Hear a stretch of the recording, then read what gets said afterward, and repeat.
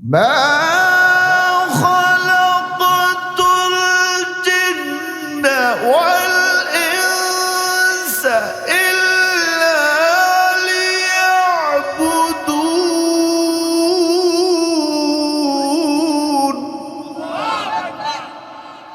আল্লাহ বলে ও মাটির তৈরি মানুষ,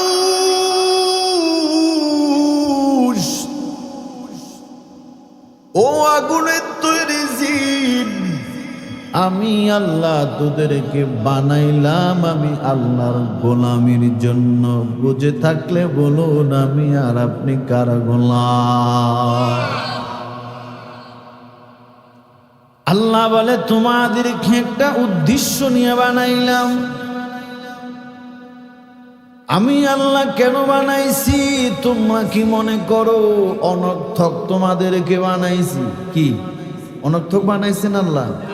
আমাকে আপনাকে এমনি এমনি বানাইছেন? মিন্না খালাকনাকুম, আল্লাহ বলে মাটি দিয়া বানাইলাম, আবার মাটির ভিতরে নিয়ে যাও। প্রশ্ন, আল্লাহ কেন মাটি দিয়া বানাইলেন আবার মাটির ভিতরে নিয়ে যাবেন? মধ্যখানের সময়টা আপনি কেন আমাদেরকে দুনিয়ায় 70-80 বছর হায়াত দিলেন? আল্লাহ কয় আমি মাটি দিয়া বানাইছি, আবার মাটির ভিতরে নিয়ে যাব। মধ্যখানে যে লম্বা একটা সময় তোমারে দিলাম, আমি তোমারে অনর্থক তোমারে আমি আল্লাহ বানাই নাই। আমি তোমারে বানানোর পিছনে কারণ আছে না না? বিসমিল্লাহির রাহমানির রাহিম।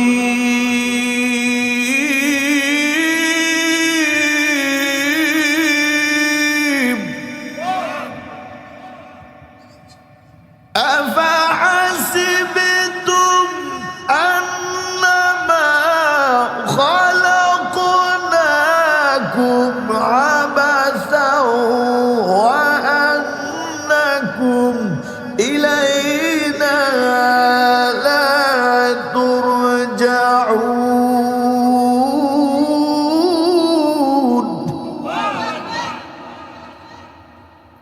হিফজুল কুরআন শরীফের 58 নম্বর পারা 8 নম্বর পৃষ্ঠা, সূরাতুল মুমিনুনের আল্লাহ রাব্বুল আলামিন বলেন, হে মানুষ তোমরা কি ধারণা করেছো আমি আল্লাহ তোমাদেরকে অনর্থক বানিয়েছি? না না, তোমরা আমার কাছে আর ফিরে আসতে হবে না। কি বলেন? অনর্থক বানাইছেন আল্লাহ? কথা বলেন। আন্নামা খালাকনাকুম আবাসা, তোমরা কি ধারণা করো আমি আল্লাহ তোদেরকে অনর্থক বানাইছি? তোমরা আমি আল্লাহর কাছে আর ফিরে আসবা না। ব্যাপারটা কি এমন নাকি? বরং আল্লাহ বলে না না, আমি তোমাদেরকে অনর্থক বানাই নাই। তো কেন বানাইছেন? আল্লাহ বলেন মা খালাকতুল জিন্না ওয়াল ইনসা ইল্লা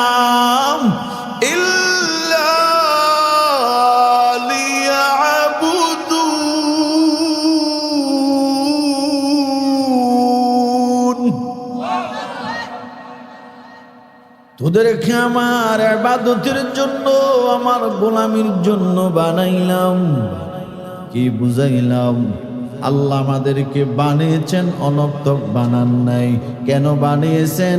বলে আমার গোলামির জন্য বানাইলাম। আবার আমার কাছে ফিরে আসবা না এমনটা ভাবিও না, অবশ্যই আমার কাছে ফিরে আসা লাগবে। আল্লাহ পাক হিফজুল কুরআন শরীফের 21 নম্বর পারা 2 নম্বর পৃষ্ঠায় আল্লাহ বলেন বিসমিল্লাহির রাহমানির রাহিম।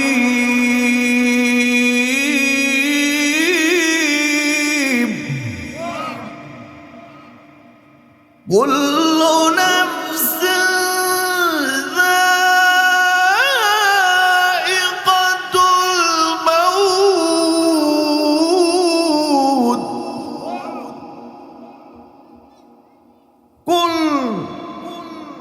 আল্লাহ বলেন সকলকে, রুহওয়ালা পানি যারা আছে, নাফসিন যায়কাতুল মাউত, মৃত্যুর স্বাদ পাওয়া লাগবে নি। জোরে বলেন, বলে মৃত্যু হবেই হবে। মৃত্যুর থেকে পালানোর, ভেগে যাওয়ার কোনো সুযোগ কি আছে? কোনো সুযোগ আছে? দুনিয়ার লাইনে অন্যায় করে ভেগে যাওয়ার সুযোগ আছে, ঠিক না? যে শরীফ ওসমান হাদিরে ওপেন ঢাকা রাজধানীর মতো একটা জায়গায় দিনের দুপুরে দিবালোকে প্রকাশ্যে গুলি করেন, সেই আসামি, সেই অপরাধী পালায় অন্য রাষ্ট্রে চলে গেল। তাহলে কি বুঝলো? যে দুনিয়াতে বড় অন্যায় করেও পালিয়ে যাওয়ার, ভেগে যাওয়ার, সরে যাওয়ার, সেফ জায়গায় যাওয়ার একটা সুযোগ আছে। কিন্তু মৃত্যু থেকে আপনি দুনিয়ায় হাজারো অন্যায়, অপরাধ, জুলুম, নির্যাতন, নিপীড়ন, ঘুষ, খুশ, অন্যায়, অবিচার, সকল ফাহশা কাজ করে আপনি কি মনে করেন সারা জীবন দুনিয়ায় কায়েম হয়ে থাকবেন? কথা বলেন না কেন? মরা লাগবে কিনা বলেন? সুম্মা ইলাইনা তুরজাউন, আমার কাছে তোমাদেরকে ফিরে আসতে হবে, ঠিক কিনা বলেন? আসবার কালে আসুসুয়েকা,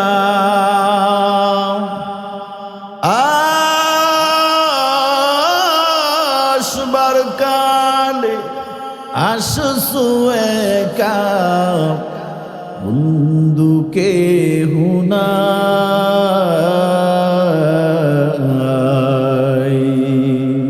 কথা বলেন না কেন? কেউ সাথে নিয়ে আসছি, যাওয়ার সময় কেউ যাবে? আপন আপন বল রে মন, বন্ধুকে হুনাই। আপন আপন বল রে মন, বন্ধুকে হুনাই। ঠিক কিনা বলেন? এটা কুমিল্লা আদর্শ নগরের মুসলমান, ভালো করে বুঝে। আল্লাহ বলেন আমি তোমাদেরকে মাটি দিয়া বানাইলাম, আবার মাটির ভিতরে নিয়ে যাব।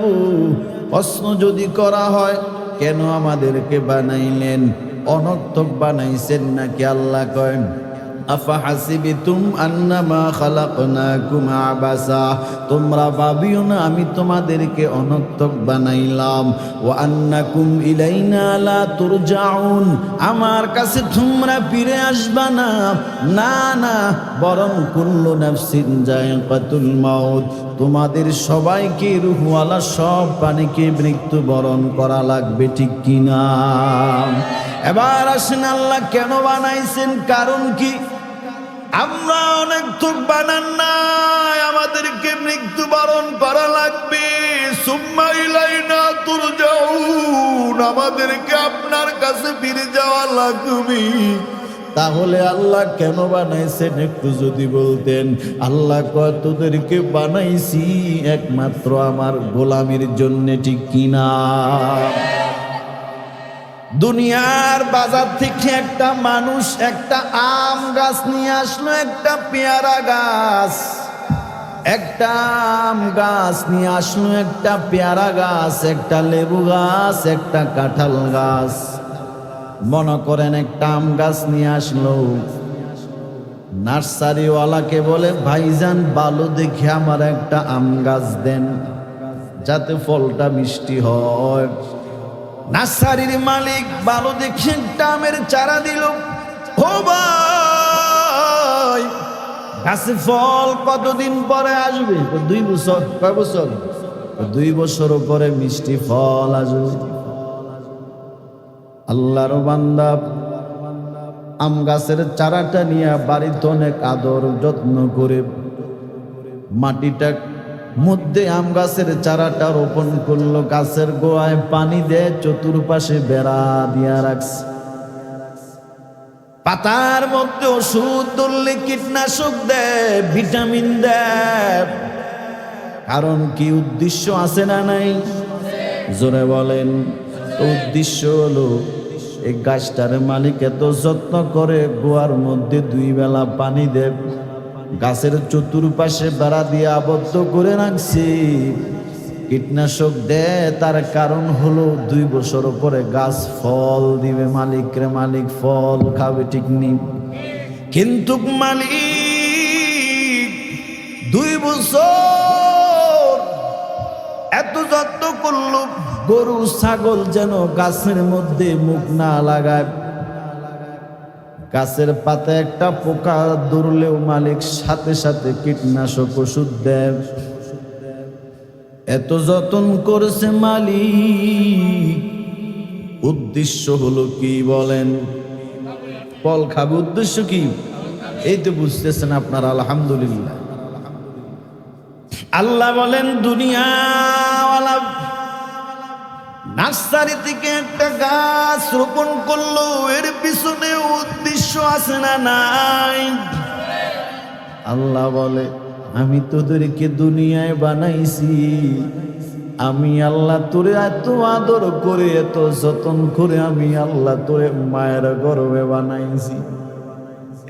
যে মায়ের গর্ভে তুই ছাড়া, আমি ছাড়া কেউ নাই। আমি আল্লাহ তোরে মায়ের গর্ভে নূরের তৈরি ফেরেশতা দিয়া তোর বাবার নাপাক পানিটার 40 দিন লড়াইয়া একটা রক্তর চাকা বানাইলাম, আবার 40 দিন লড়াইয়া গোস্তর টুকরা বানাইলাম, আবার 40 দিন লড়াইয়া আমি আল্লাহ তোরে তিল তিল করে মানুষের আকৃতি দিলাম। আমি আল্লাহ নূরের তৈরি ফেরেশতা দিয়া মায়ের গর্ভে তোরে এত সুন্দর করে হাত পাও সব আমি আল্লাহ বানাইলাম। তবে আমি আল্লাহ ফেরেশতারে বললাম, ফেরেশতারা সব কিছু তোরা বানাবি, কিন্তু বান্দার চেহারাটা তোরা বানাবি না। বান্দার চেহারাটা আমি আল্লাহ বানাবো, বান্দার চেহারাটা তোরা বানাবি না। বান্দার চেহারাটা আমি আল্লাহ বানাবো। বুঝে থাকলে বলুন, আমার আপনার চেহারাটা দুনিয়াওয়ালা কেউ বানায় নাই, আগুনের তৈরি জিনও বানায় নাই, নূরের তৈরি ফেরেশতাও চেহারাটা বানায় নাই।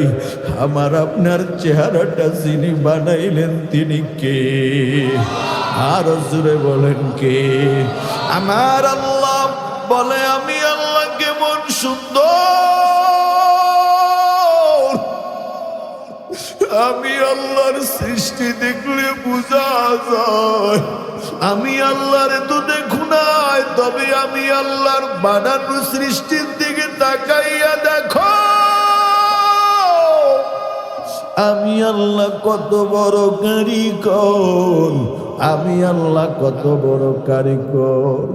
আল্লাহ সূরাতুত তিনে 4টা কসম করে আল্লাহ বলেন, বিসমিল্লাহির রহমানির রহিম।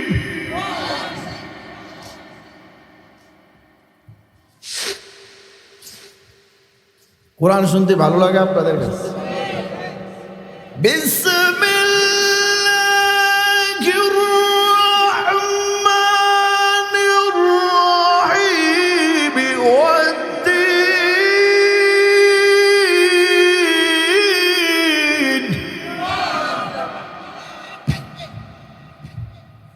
ওয়াদ্দিন ওয়াজ্জাইতুন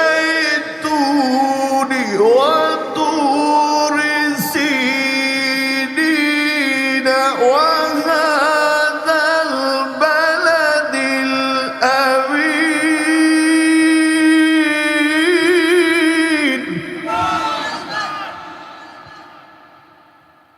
لقد خلقنا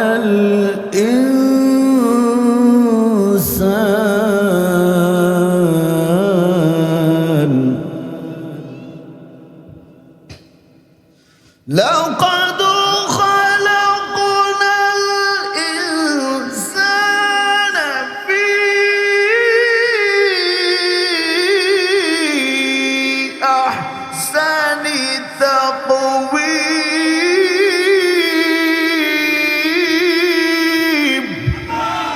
কার কথা বলেন যেরকম কার কথা আল্লাহ বলেন ওয়াত্তিন তিন বলের কসম ওয়াজাইতুন জাইতুন বলের কসম ওয়াতুর সিনিন পবিত্র তুত পাহাড়ের কসম ওয়াহাজাল বালাদিল আমিন পবিত্র মক্কা নগরীর কসম কয়টা কসম বলেন তিন বলের কসম জাইতুনের কসম পবিত্র তুহুদ পাহাড়ের কসম বলে তুহুদ পাহাড়টা কোনটা কয় যেখানে মুসা নবী আল্লাহর সাথে কথা কইছি ঠিক কিনা বলে চতুর্থ নাম্বারে আল্লাহ কসম করে ওয়াহাজাল বালাদিল আমিন পবিত্র মক্কা নগরীর কসম বলে পবিত্র মক্কা নগরীর কসম আমার আল্লাহ কেন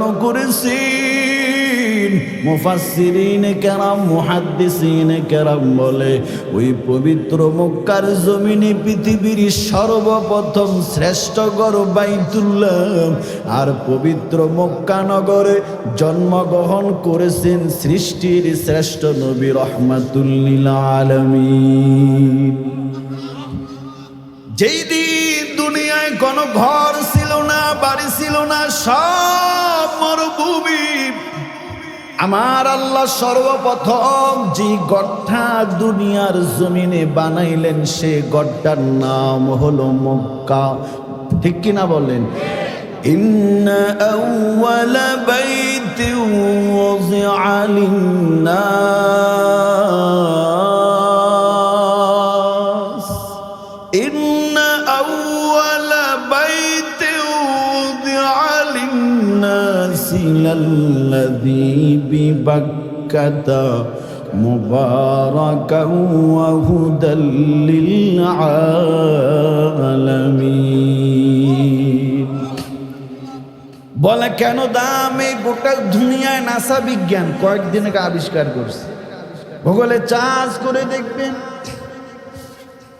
নাসা বিজ্ঞান জমিন থেকে 4000 কিলো মাইল উপরে গিয়ে তাদের স্যাটেলাইটটা তাদের যন্ত্রটা তারা জমিনের দিকে মুভ করলেন নাসা বিজ্ঞান বলে গোটা দুনিয়াটা জমিন থেকে 4000 কিলোমিটার উপরের থেকে নিচের দিকে মিশিং তাক করলাম তাকাইয়া দেখে গোটা জমিনটা সব অন্ধকার তবে দুইটা জায়গার মধ্যে আলো দেখা যায় এই দুইটা জায়গা কোন দুইটা জায়গা ল্যাবে ঢুকাইলাম আমরা ল্যাবে ঢুকাইয়া পরীক্ষা করে দেখি দুই জায়গাটার নাম একটার নাম হলো মক্কা বাইতুল্লাহ মসজিদে হারাম আর একটা আলোকিত জায়গার নাম হলো সোনার মদিনা মদিনা নাম কত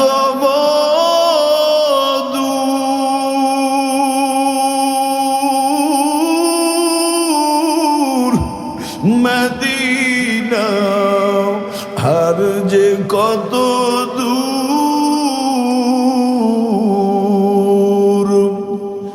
মদিনা নাম কত দূর মদিনা আর যে কত দূর সে মদিনার পথের দুলি আমি সে মদিনার পথের দুলি আমি মাতে পারলাম না মদিনা যাইতে পারলাম না মদিনা, দেখতে পারলাম না। আমি অসহায় তাই এত দূরে রই, আমি অসহায় তাই এত দূরে রই, শুধুই সালাম জানাই মদিনা, যাইতে পারলাম না মদিনা, দেখতে পারলাম না। এই দুনিয়ার মধ্যে দুইটা জায়গা বড় দামি রে, একটা জায়গার নাম হলো বাইতুল্লাহ, পবিত্র মক্কা নগরী, যেখানে আমার আল্লাহর ঘর। বলে একটা রাকাত নামাজ পড়লে 1,00,000 রাকাত নামাজের নেকি পাওয়া যায়। যদি 2 নাম্বার হলো আমার নবী যেখানে ঘুমায় সোনার মদিনা, নবী যেখানে ঘুমায় ইমাম মালিক রহমতুল্লাহ আলাইহি বহুদূর পায়ে হেঁটে, জুতা পায়ে দিয়ে বহুদূর হেঁটে আসতেন। মদিনার সীমানায়, মদিনার জমিনে যখন ইমাম মালিক পাও রাখতেন, সাথে সাথে ইমাম মালিক পায়ের জুতাগুলি খুলে ব্যাগের ভিতরে নিয়ে নিতেন। ওনার খাদেমেরা প্রশ্ন করে, সার্কিতেরা প্রশ্ন করে, ইমাম মালিক গোটাটা পথ আপনি জুতা পায়ে দিয়ে আসেন, কিন্তু মদিনার জমিনে পাও রাখার সাথে সাথে আপনি জুতা খুলেন কেন? ইমাম মালিক বলে, রে ভাই, তোমরা তো জানো না আমি ইমাম মালিক মদিনার জমিনে যখন পাও রাখি, আমি ইমাম মালিক আমার নাকের মধ্যে মদিনার নবীর ঘেরান পাই। আমি ইমাম মালিক কেন জুতা খুলি জানুনি? সেই জমিনে আমার মায়ার নবী, রহমতের নবী, যেই নবীরে আমার আল্লাহ সৃষ্টি জগতের মধ্যে সর্বোচ্চ শ্রেষ্ঠতম মর্যাদা দিয়েছেন, যিনাকে সাইয়্যিদুল মুরসালিন, খাতামুন নবিয়্যিন, ইমামুল মুরসালিন, শফিয়ে আযম, রহমতে আলম, হাবিব কিবরিয়া, আশরাফুল আম্বিয়া, সাইয়্যিদুল আম্বিয়া, হযরত মুহাম্মাদুর রাসূলুল্লাহ, পড়েন সাল্লাল্লাহু আলাইহি ওয়াসাল্লাম। এই মদিনার জমিনে বিশ্রাম করেন আমি ইমাম মালিক, যেই জমিনে রহমতের নবী বিশ্রাম করতেছেন, এই জমিনে আমি ইমাম মালিক জুতা নিয়ে চলতে বড় ভয়, বড় ভয়। এই জন্য আমি জুতা খুলে ফেলি। এরে কুমিল্লা আদর্শ সদরের যুবক বিদ্যু বাবাজি ও পর্দার আড়ালের মা, আল্লাহ রাব্বুল আলামিন মালিক এই দুনিয়ার জমিনে কয়টা জায়গা দামি বলেন? ধরে বলেন। একটার নাম মক্কা, আর একটার নাম কি বলেন? বলে দামি হওয়ার পিছনে অনেক কারণ। 1 নম্বরে সর্বপ্রথম গড় বাইতুল্লাহ মক্কায় অবস্থিত। 2 নম্বর সৃষ্টির শ্রেষ্ঠ রহমতের নবীর জন্মস্থান হলো পবিত্র মক্কা। বলে কোরআন নাজিল হলো 2 জায়গায়, অথবা মাক্কি অথবা মাদানি, ঠিক নেই? এরে নবীর উম্মত, আল্লাহ বলেন একটা গাছ, মনে আছে? মনে আছে ওইটা? গাছ লাগাইলো, পানি দেব, যত্ন করে, 2 বছর পরে ফল দিবে।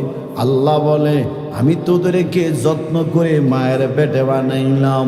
ওয়াত্তিন, আমি 3 ফলের কসম করে বলি। ওয়াজ্জাইতুন, জাইতুনের কসম করে বলি।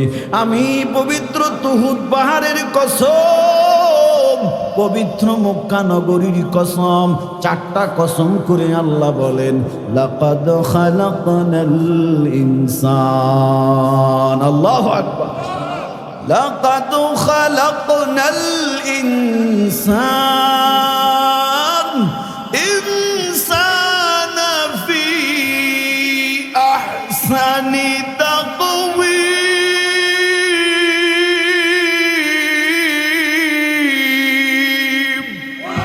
এর মানুষ, আমি তোদেরকে সুন্দর করে বানাইছি রে। ফি আইয়ি সূরাতিন মা শাআ রাক্কাবাক। আল্লাহু আকবার। তাকাইয়া দেখ, আয়নার সামনে তাকাইয়া দেখ, আমি আল্লাহ তোরে কত সুন্দর করে বানাইছি। একই মায়ের গর্ভে 4টা ভাই। আয়নার সামনে তাকাইয়া দেখ, এক ভাইয়ের চেহারার সাথে আরেক ভাইয়ের চেহারার কোনো মিল নেই রে বাবা। এক ভাইয়ের কণ্ঠের আওয়াজের সাথে অন্য ভাইয়ের কণ্ঠের আওয়াজের কোনো মিল নাই। এক ভাইয়ের শরীরের স্কিনের সাথে অন্য ভাইয়ের শরীরের স্কিনের কোনো মিল নাই। আল্লাহ বলে, আমি কত বড় কারিগর। দুনিয়ার রডের মেশিন থেকে, রডের ফ্যাক্টরি থেকে ইট বাইরে হয় না, সিমেন্টের কারখানা থেকে রড বাইরে হয় না, ঠিক কিনা বলেন? আল্লাহ বলে, একই মা একই বাবা, তাকাইয়া দেখ, 8জন 9জন সন্তান দুনিয়ায় আসলো। একজনের চেহারার সাথে অন্যজনের চেহারার কোনো মিল নাই। একজনের কণ্ঠের আওয়াজের সাথে অন্যজনের কণ্ঠের আওয়াজের মিল নাই। বুঝে থাকলে বলুন, এই কারিগরের নাম কি? আল্লাহ বলে, তিল তিল করে তোরে বড় করে দুনিয়ায় আমি আল্লাহ পাঠাইলাম। উদ্দেশ্য আছে না নাই? দুনিয়ার ওয়ালাম গাছ লাগাইলো, রোপণ করে পানি দে, ভিটামিন দে, বেড়া দেখ, 2 বছর পরে সেই ফল দিবে, আমি ফল খাবো। আল্লাহ বলে, আমি তোরে মায়ের গর্ভে এত সুন্দর করে বানাইছি। আমি আল্লাহ তিল তিল করে তোরে বড় বানাইয়াম। আমি আল্লাহর উদ্দেশ্য, বান্দা তুই বড় হইয়া এই আমার দেওয়া কপালটা তুই বট গাছের দিবি না, আমার দেওয়া কপালটা তুই কবরে দিবি না। আমার দেওয়া কপাল দিয়া তুই কোনো ব্যক্তির কদমে সেজদা দিবি না। আমার দেওয়া কপাল দিয়া কোনো মাজারে সেজদা দিবি না। আমার দেওয়া কপাল দিয়া কোনো পীরের কদমে সেজদা দিবি না। আমার দেওয়া কপালটা দিয়া তুই দুনিয়ার কোনো বট গাছের গোড়ায় সেজদা দিবি না। আমার দেওয়া কপালটা একমাত্র আমার কদমে দিবি, ঠিক কিনা?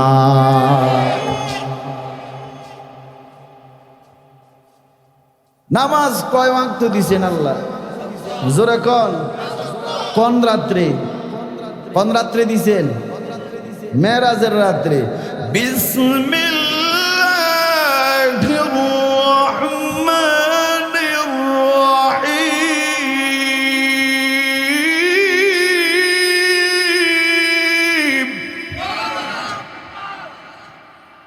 سبحان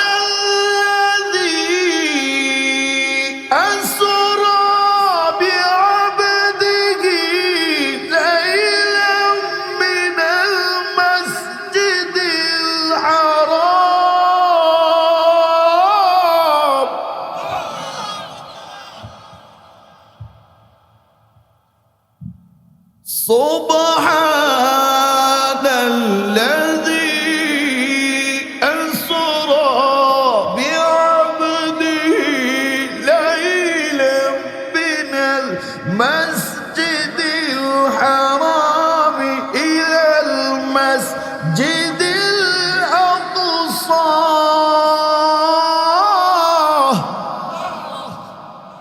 হিফজুল কুরআন শরীফের 15 নম্বর পারার প্রথম পৃষ্ঠা সূরা বনী ইসরাঈলের প্রথম নম্বর আয়াতে আল্লাহ বলেন, মহাময় আমি আল্লাহ বিআবদিহি লাইলা, তার বান্দারে রাতের বেলা ভ্রমণ করালেন, আসরা ভ্রমণ করালেন,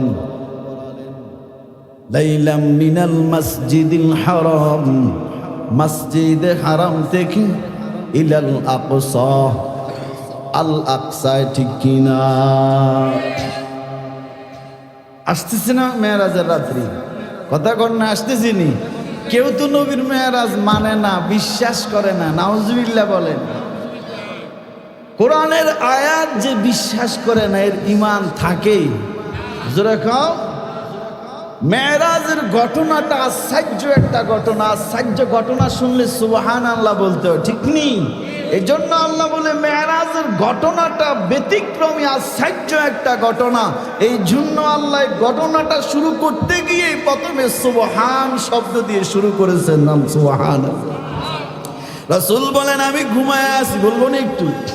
রাসূল বলেন আমি ঘুমায় আছি রাতের বেলা, হঠাৎ করে দেখি আমার বাড়ির ছাদ, আমার বাড়ির চালটা পাক হয়ে গেল, আমার চালটা সরে গেল।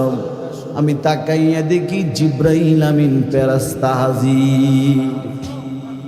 মুফাসসিরিনে কেরাম বলেন নবী আশ্চর্য হয়ে গেলেন। জিব্রাইল অন্য সময় হুজরা খানার বাহিরে দাঁড়াইয়া নবীর সালাম দে, অনুমতি নে।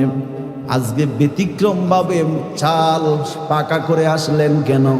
মুহাদ্দিসিনে কেরাম বলেন ও নবী, আজকে যেহেতু জিব্রাইল ব্যতিক্রম ভাবে আপনার কাছে আগমন করেছে, আজকে আপনার সাথে ব্যতিক্রম কিছু ঘটবে।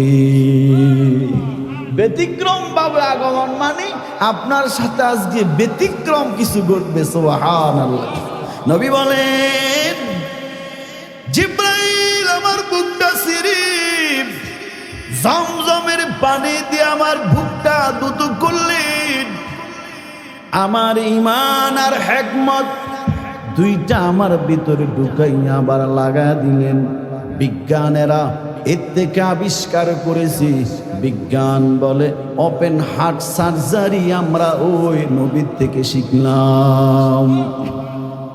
ওইখান থেকে বিজ্ঞানরা আবিষ্কার করে ওপেন হার্ট সার্জারি। রসুলকে জিব্রাইল বুকটা চিরে রসুলকে জমজমের পানি দিয়ে দৌত করলেন, ঈমান আর হিকমত ঢুকাইয়া আবার লাগা দিলেন। ডাক্তাররা, বিজ্ঞানরা সেখান থেকে কি আবিষ্কার করছেন? Open heart surgery. এরা নবীর উম্মত। নবী বলেন আমার জিব্রাইল একটি বোরাক নিয়ে আসলেন, গাধা থেকে বড়, খচ্চরের চাইতে ছোট।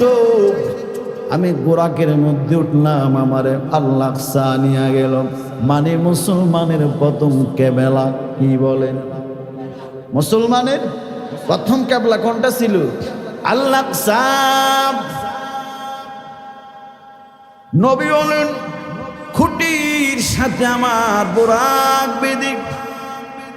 আমি তাকাইয়া দেখি আদম নবী থেকে ঈসা নবী পর্যন্ত সব নবীরা নামাজের জন্য দাঁড়ায় আছে।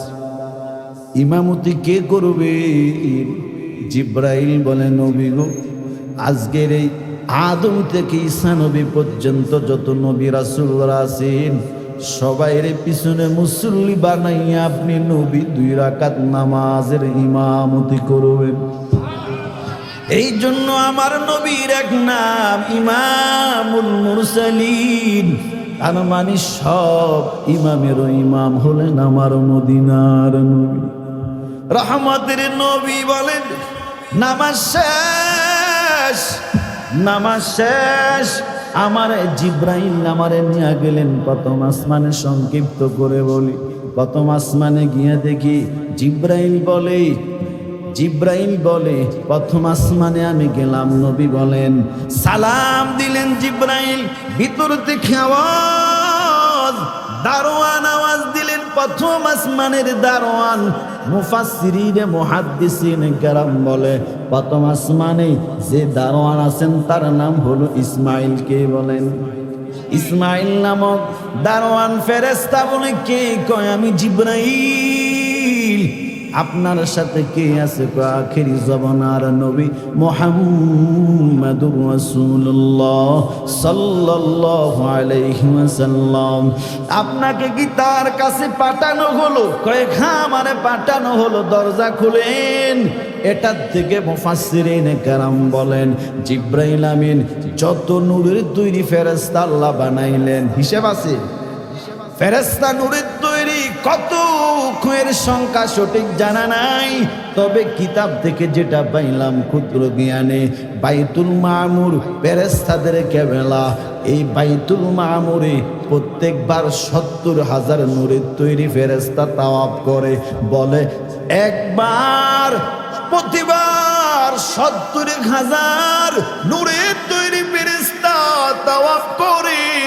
একবার যেই ৭০,০০০ তাওয়াফ করেছে কিয়ামতের আগে দ্বিতীয়বার আর সুযোগ পাবে না।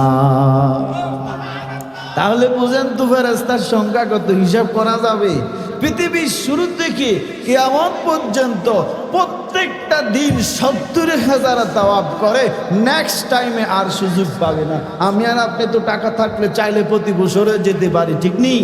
বছরে ২-৩ বার উমরা করতে পারি, কিন্তু ফেরেশতা বাইতুল মামুর কিবলা মসজিদে হারামের উপরে হলো বাইতুল মামুর, সুবহানাল্লাহ। এর উপরে সিদরাতুল মুনতাহা, এর আরশ আজিম। আল্লাহু আকবার বলেন। লম্বা ঘটনা, আমি যেটা বোঝানোর জন্য বিষয়টা টানলাম, যেহেতু সবে মেরাজ সামনে।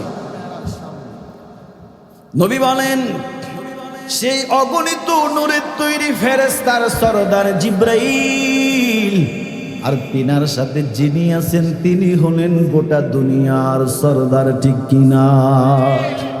অনুমতির কি দরকার? অনুমতির দরকার কি? মুফাসসিরিনে কেরাম বলে এর থেকে একটা শিক্ষা আমাদের আছে। মদিনার নবী বলছেন তুমি যদি কারো বাড়িতে ঢুকো, ইভেন কারো ঘরে ঢুকো, তুমি যদি যেরকম হও না কেন, তুমি শিক্ষিত যত কিছু হও না কেন, ভদ্রতা হলো অনুমতি নিয়ে বাড়িতে ঢোকা। বুঝে নাই মনে হয়? কি বলছি? কারো বাড়িতে হুট করে ঢোকাটা এটা কি নয়? সভ্যতা নয়, ভদ্রতা নয়, এটা হলো অসভ্য, অভদ্রতা, ঠিক কিনা বলেন?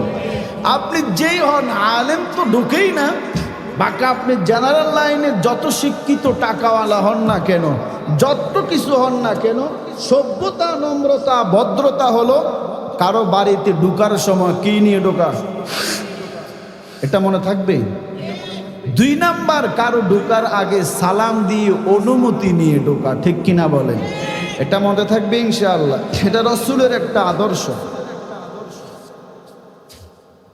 এখন আমরা শিক্ষিত হইলে তো বুড়ো, আমি যার তার বাড়িতে ঢুকবো, অনুমতি লাগে না, হুট করে ঢুকে। যার রাস্তার মধ্যে তো হুট করে লাইন ছিন্ন ভিন্ন করে চলে যায়, শৃঙ্খলা নাই, ডিসিপ্লিন নাই। আমি তো আমি, ঠিক নেই? আমার কে বিরাবে? রং সাইডে গাড়ি ঢুকাইয়া দৌড় মারে। এটারে শিক্ষিত কয় মিয়া? কথা কর না কেন? এটারে শিক্ষিত বলে? শিক্ষিত মানুষের, ভদ্র মানুষের কিছু বৈশিষ্ট্য থাকতে হবে, ঠিক নেই? শিক্ষিত মানুষ কথা কম বলবে, বলার সময় অনেক চিন্তা ভাবনা রিচার্জ করে কথা বলবে, ঠিক নেই? তার সব কিছু ব্যতিক্রম হবে। আমি ইদানিং একটা জিনিস নিয়ে আমি প্রায় মাহফিলে বলবো আপনাদেরকে। এই যে আমাদের দেশের সাবেক প্রধানমন্ত্রী মরহুম বেগম খালেদা জিয়া, উনি মারা গেছেন না? উনার যে সন্তান নাম কি? তারেক রহমান। তিনি ৭০ বছর দেশে আসতে পারেন নাই, ঠিক নেই? অনেক নির্যাতন, নিপীড়ন, অনেক অত্যাচার হয়েছিল ওনার উপরে। কিন্তু উনি যখন দেশে আসলেন, সর্বপ্রথম তিনি একটা বক্তব্য ভাষণ দিয়েছেন, শুনছেন আপনারা অনেকে। এই ভাষণটার মধ্যে অনেক কিছু উনি তুলে ধরলেন। তিনি লক্ষ লক্ষ ওনার ভক্ত, ওনার কর্মীদের সামনে তিনি একটা আওয়াজ করে প্রমাণ করে দিলেন সবার সামনে হাত উঁচু করে যে হে ক্ষমতার মালিক, হে সাহায্যকারী, হে দয়াময়, হে রহমানুর রহিম। শুনছেন না আপনার এইভাবে? এই যে হাত তুলে তিনি বক্তব্যটা দিছেন, এই বক্তব্যটা মানুষের হৃদয় জায়গা করে নিয়েছে, ঠিক কিনা বলেন? আসলেই ঠিক। ক্ষমতার মালিক কে? সবচেয়ে করুণাময় দয়ালু কে বলেন? সর্বশ্রেষ্ঠ সাহায্যকারী কে বলেন? আল্লাহ। এটা যে বুঝছে তার দুনিয়া চলা সহজ হয়ে গেছে। আবার দেখলাম তিনি পায়ে হেঁটে অফিসে যাচ্ছেন, ঠিক না?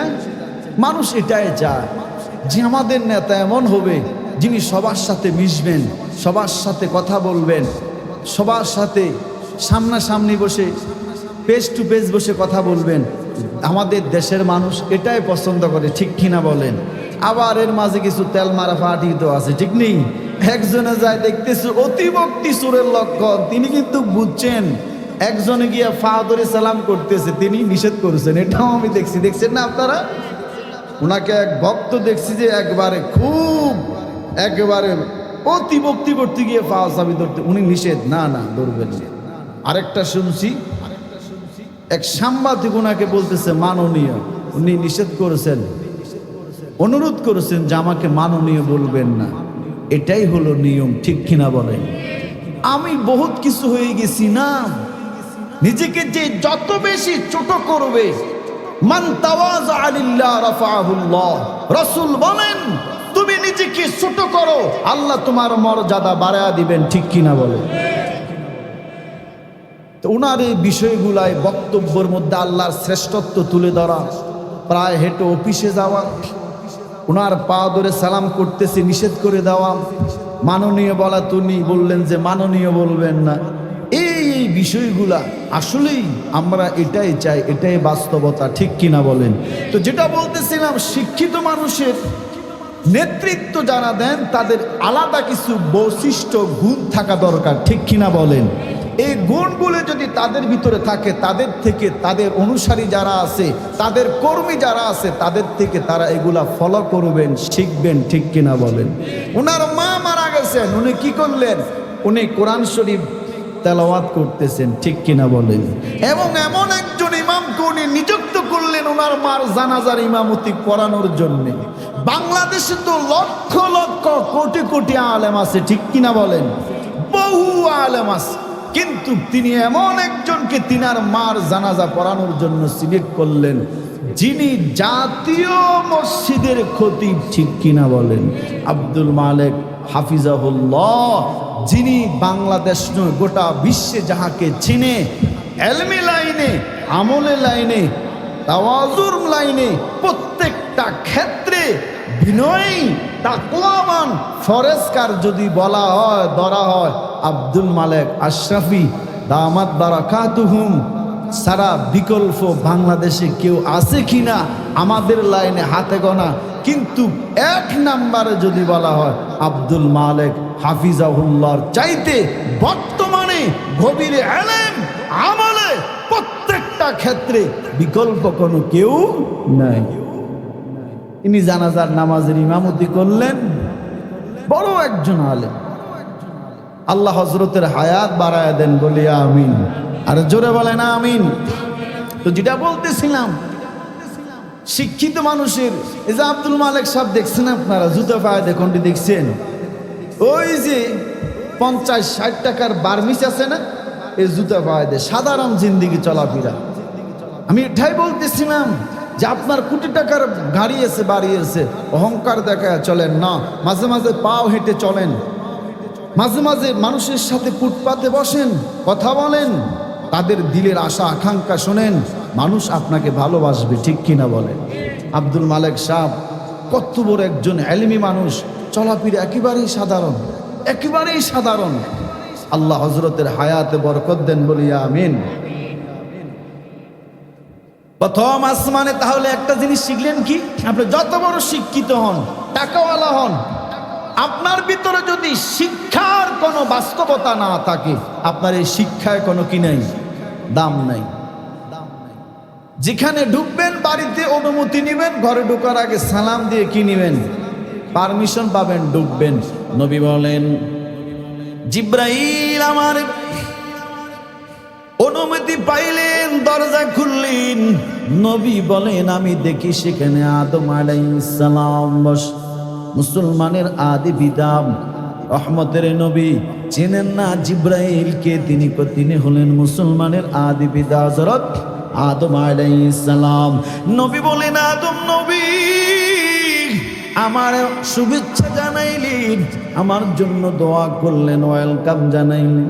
নবী বলেন আমি দেখাইয়া দেখি মুসলমানের আদি পিতা আমাদের বাবা হযরত আদম আলাইহিস সালামের ডান পাশে লক্ষ লক্ষ সন্তান, বাম পাশে লক্ষ লক্ষ সন্তান। নবী বলেন ও জিব্রাইল তারা কারা? তারা তিনার ডান পাশে যারা তারাও তিনার সন্তান, বাম পাশে যারা তারাও তিনার সন্তান। কিন্তু নবী বলেন ও আদম নবী আমার বাবা ডান পাশের সন্তানের দিকে তাকাইয়া মুস্কি হাসেন, বাম পাশের সন্তানের দিকে তাকাইয়া বাবা আদম কান্না করেন। ও জিব্রাইল এমন করে কেন?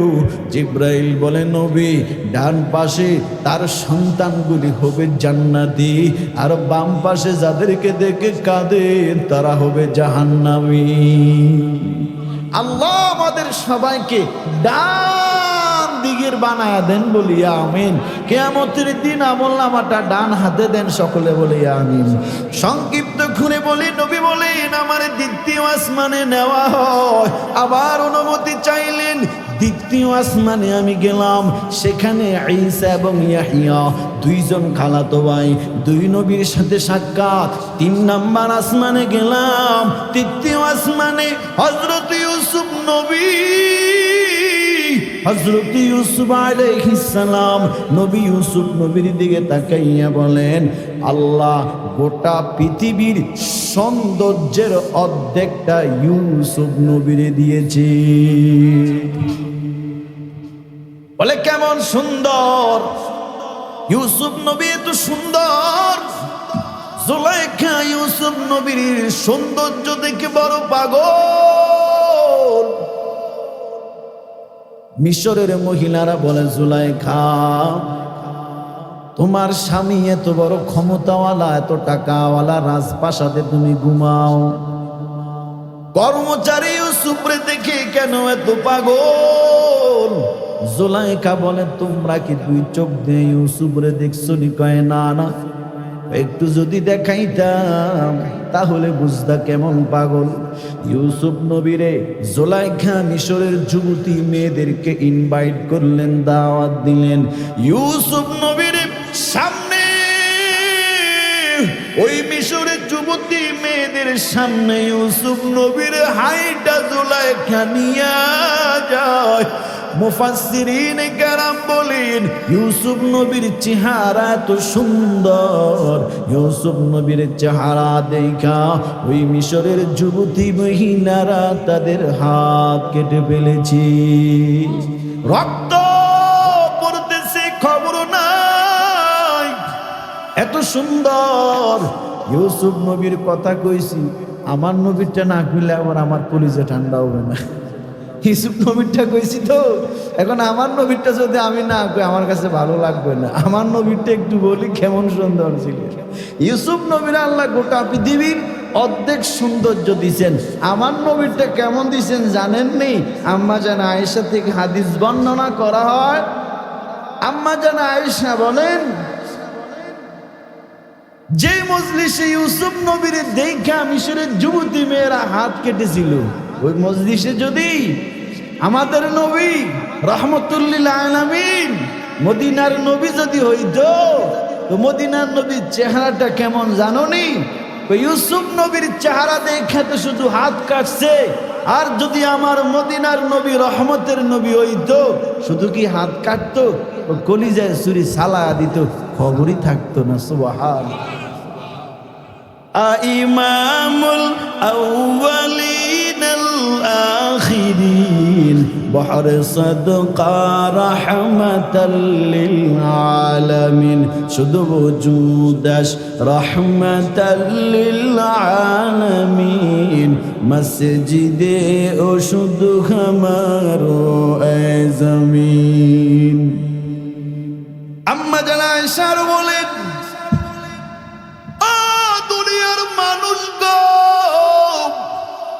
আমার মদিনার নবী কেমন জানুনি আম্মা জান আয়েশা বলেন অন্ধকার রাত আমি আয়েশা ঘরের মধ্যে একা একা অবসরের সময়টা আমি কেমন করে কাটাবো আম্মা জান আয়েশা বলেন চালাইয়া হাতে শুই নিলাম আমার ওই কাপড় গুনি আমি সেলাই করতেছি হঠাৎ করে বাতির তেল ফুরিয়ে গেল বাতিটা বন্ধ হয়ে গেল আম্মা জান আয়েশা বলেন বাতির তেল ফুরিয়ে গেল বাতি বন্ধ হয়ে গেল আমি আয়েশার হাত থেকে সুইটা পড়ে গেল অন্ধকারে আমি আয়েশা সুইটা তালাশ করে পাই না অন্ধকারে তো সুই ছোট্ট জিনিস তালাশ করে পাওয়া যায় না আয়েশা বলে আমি বসে আছি বাতিতে তেল নাই কেমনে বাতি চালাবো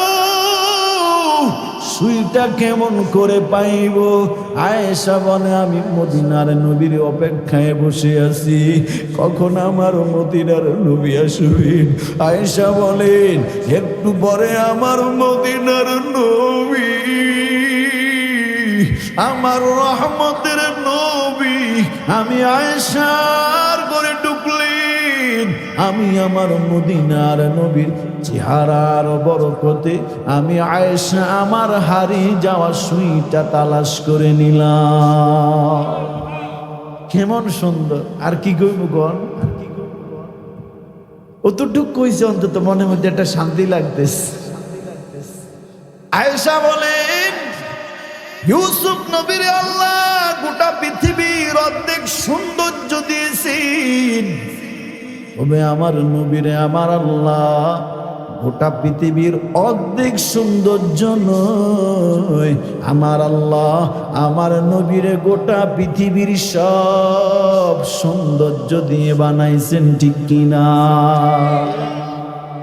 এরে কুমিল্লা আদর্শ সদরের মুসলমান ভালো করে বুঝেন চতুর্থ আসমানে আসমান কয়টা যেরকম কোন আসমান ভারী শেষ হবে তৃতীয় আসমান শেষ প্রথম আসমানে বাবা আদম দ্বিতীয় আসমানে ঈসা ইয়াহইয়া তৃতীয় আসমানে ইউসুফ চতুর্থ আসমানে হযরত ইদ্রিস আলাইহিস সালাম কোন নবী বলেন হযরত ইদ্রিস আলাইহিস সালাম পঞ্চম আসমানে গেলেন সেই পঞ্চম আসমানে আল্লাহর নবী ইদ্রিস নবীর থেকেও সালাম বিনিময় শুভেচ্ছা জানালেন ওয়েলকাম জানালেন রহমাতুল লিল আলামিন মদিনার নবী পঞ্চম আসমানে চলে গেলেন পঞ্চম আসমানে হযরত হারুন আলাইহিস সালামের সাথে সাক্ষাৎ করলেন পঞ্চম আসমান থেকে ষষ্ঠ আসমানে সেখানে হযরত মুসা আলাইহিস সালাম ষষ্ঠ আসমান থেকে সপ্তম আসমানে গেলেন সেখানে জাতির পিতা হযরত ইব্রাহিম আলাইহিস সালাম সুবহানাল্লাহ লম্বা ঘটনা নবী বলেন এরপরে আমার জিবরাইল নিতে নিতে সিদরাতুল মুনতাহা মানে শেষ সমাপ্ত এর উপরে কি আছে কেউ জানে না জানে কি শেষ সিদরাতুল মুনতাহা এরপরে শেষ যেটা বোঝানোর জন্য ঘটনাটা টানলাম মেরাজের রাত্রে আল্লাহ যে ইবাদতটা আমার নবীর উম্মতের উপরে ফরজ করলেন সেই ইবাদতটা হলো নামাজ কি বলেন কয় ওয়াক্ত 5 ওয়াক্ত বুঝি প্রথমে কত দিয়েছেন 50 ওয়াক্ত হাদিয়া দিলেন নবী নেন 50 ওয়াক্ত নামাজ দিনে রাতে 24 ঘন্টা আপনার উম্মতের উপরে আমি ফরজ করে দিলাম এই যে মুসা নবী কোন আসমানে গেছিলেন হ্যাঁ, মুসা নবী কোন আসমানে? ষষ্ঠ 6 নাম্বার। মুসা নবীকে কি দিছে আল্লাহ আদি আপনারে কোন তো? এই যে মেয়েরা যেমন দুলো আইলে গেটে এই যে শরবত টরবত খাওয়ায় না, এর ফলে টাকা দিলে দেখবেন যে ঘরে গেলে কত দিছে ক দিয়া তাড়াতাড়ি কয় না, মানে হাত দিয়ে কত দিছে ক। তো মুসা আলাইহিস সালাম আমার নবীরে দেখা কয় কি দিছে আপনারা আল্লাহ দিয়ে? দিনের রাত 24 ঘন্টা 50 ওয়াক্ত নামাজ দিছে। মুসা নবী কয় দিছে তো আপনি খুশি হয়েছেন, ঠিক আছে, উম্মত তো 50 ওয়াক্ত পড়বে না। আমার নবী 50 ওয়াক্ত। আম্মা জান আয়েশা বলেন রাতের আধারে নবী দাঁড়া দাঁড়া নামাজ পড়তেন, আমি আয়েশা দেখলাম পা মুবারক, রসুলের পা মুবারকে পানি চলে আসতেন, রসুল এত কান্না করতেন চোখের লাল হয়ে যেত, চোখগুলি ফুলে যেত, এত কাঁদতেন রসুল। তো রসুলের জন্য দিন রাত 24 ঘন্টায় 50 ওয়াক্ত নামাজ বেশি কিছু ছিল না, কিন্তু উম্মত তো পড়বে না, ঠিক নেই? জান কমায় নিয়ে আসেন, কমাইছেন 5 ওয়াক্ত। সংক্ষিপ্ত সার সংক্ষেপ হলো 50 থেকে 45 মাইনাস করলে, বিয়োগ করলে থাকে কত? 5 দিস। আবারও মুসা নবীর সাথে সাক্ষাৎ, কত? কয় 5। তাও পড়বে না, আরো কমান। আসলেই তো ঠিক, ঠিক নেই? সপ্তাহ মুসল্লি, বাৎসরিক মুসল্লি আছে না নাই? মাঝে মাঝে নামাজি আছে না নাই? আমি যদি সব বিষয় আপনাদেরকে বুঝাইয়া বলি নামাজি কত প্রকার, আমার সময় অনেক লম্বা হয়ে যাবে। মেয়েদিকে ঢুকবো না। আগামীকাল আবার ঢাকায় প্রোগ্রাম আছে আমার ডেমরাতে। গত শুক্রবার জুমা পড়াইতে আসতে পারি নাই, সোনারগাঁও প্রোগ্রাম ছিল। আগামীকাল আমার ঢাকা ডেমরায় প্রোগ্রাম। মুরব্বীরা আসছেন, অনেক বুজুর্গরা আসছেন, কথা বলবেন। আমি দোয়া নেওয়ার জন্য বসছি, তোর মানে টাইম পাস করতেছি, এলেম খালাম তো নাই। এই হুজুররা আসা পর্যন্ত আমি আপনাদের একটু সময় কাটাইতেছি। আমার পাশে আমার দোস্ত বসা, উনিও আরেকজন বক্তা, সারা বাংলাদেশে সফর করে আমার দোস্ত মানুষ। আসার সময় নিয়ে আসছি মাদ্রাসাতে, গেলে চলেন কাছেই প্রোগ্রাম আছে। তো আমি আপনাদেরকে যদি বলি নামাজি কত প্রকার, অনেক সময় লাগবে, এটা বলবো না। শুক্রবারে 2 রাকাত পড়া আসেনি, পুরা সপ্তাহ নামাজ পড়ে না, আছে না? আমি এদেরকে হিংসা করি না, বদদোয়া দেই না। অনেকে নামাজ পড়ে না, এটা খুব তিরস্কার করে, গালি দেয়, বাজে বক্তব্য দেয়। না না, এটা ঠিক না। এটা কি না? সে নামাজ পড়ে না, আজকে পড়ে না কালকে পড়বে, কালকে পড়ে না পরশু পড়বে, এ সপ্তাহ পড়ে না আগামী সপ্তাহ পড়বে, এ মাস পড়ে না আগামী মাস পড়বে। হেদায়েতের মালিক কি? আপনি শুধু তার টিটকারি করেন, তার কাছে গিয়ে বুঝাইছেন আপনি নামাজের ফজিলত সম্পর্কে, আপনি তার দাওয়াত দিছেন। এই দাওয়াতটা যদি আবার কেউ দেখে, কিছু লোকের অ্যালার্জি চুলকানি ছুড়ে, কইসা আর কোনো কাজ নাই, গাঁটে গোট্টা বাইন দেয়া ঘর বাড়ি স্নেহরা মানুষের কাছে যায় যে ওটা নামাজের কথা কর। তো এই বেড়া যে নামাজ পড়ে না, এই বেড়ারা নামাজের দাওয়াতটা দিবে কি? এই যুগে কি নবী আসবে? আরে কথা কর না কেন? সাহাবীরা আসবে, তাবিনরা আসবে, ইমাম আবু হানিফা আসবে, ইমাম বুখারী, তিরমিজি, মুসলিম, আবু দাউদ আসবেন। তো এই যে মানুষটা নামাজ পড়ে না, আপনি তাকে বুঝানোর দরকার আছে না? তো তারে বুঝাইবে কি? আপনি তো আপনারটা নিয়ে ব্যস্ত। কিছু লোক এই পথহারা মানুষগুলোকে বুঝানোর জন্য, দিন বুঝানোর জন্য নিজের জান মাল দিয়া, নিজের খাইয়া আপনারা আইসা আপনারা সুন্দর ভাষায়, নরম ভাষায়, ভাই নামাজটা পড়েন, দুনিয়ায় তো থাকা যাবে না, আপনার বাপ মুরব্বীরা চলে গেছে, অবশ্যই আপনিও চলে যাবেন। দুনিয়ায় আমরা সবাই একদিন ছিলাম না, আবার একটা সময় আসবে একদিন থাকবো না। কত নরম ভাষায় বলে, ঠিক নেই? আপনারা নরম ভাষায় বুঝাইতেছে, এটাই তো নবীর আদর্শ ছিল, ঠিক কিনা বলে? এটাই তো নবীর আদর্শ ছিল। বাল্লিগু আন্নি ওয়ালাউ আয়া। রাসূলের একটা বাণী যদি আপনি জানেন, যেই জানে না তাকে আপনি বুঝাইয়া দেন, ঠিক কিনা বলে? এখন তারা যদি আপনি না বুঝান, সে নামাজ পড়বে না, আপনি কি তারে গালি দিবেন? গালি দিলে, তার সমালোচনা করলে আপনার দায়বদ্ধতা কেটে যাবে? না না, আপনি কয়দিন তাকে দাওয়াত দিয়েছেন? রাসূল আবু জাহেলকে দিনে রাত্রে দাওয়াত দিয়েছেন, পাথরের আঘাত সহ্য করেছেন, রাতের গভীরে আবু জাহেলকে দাওয়াত দিচ্ছেন, বৃষ্টির মধ্যে ঘরের দরজার সামনে দাঁড়ায় আছেন, দরজা লক করলেন, আবু জাহেল দরজা খুলে দেখে আমার নবী দাঁড়ানো। এত রাত্রে কেন আসছো?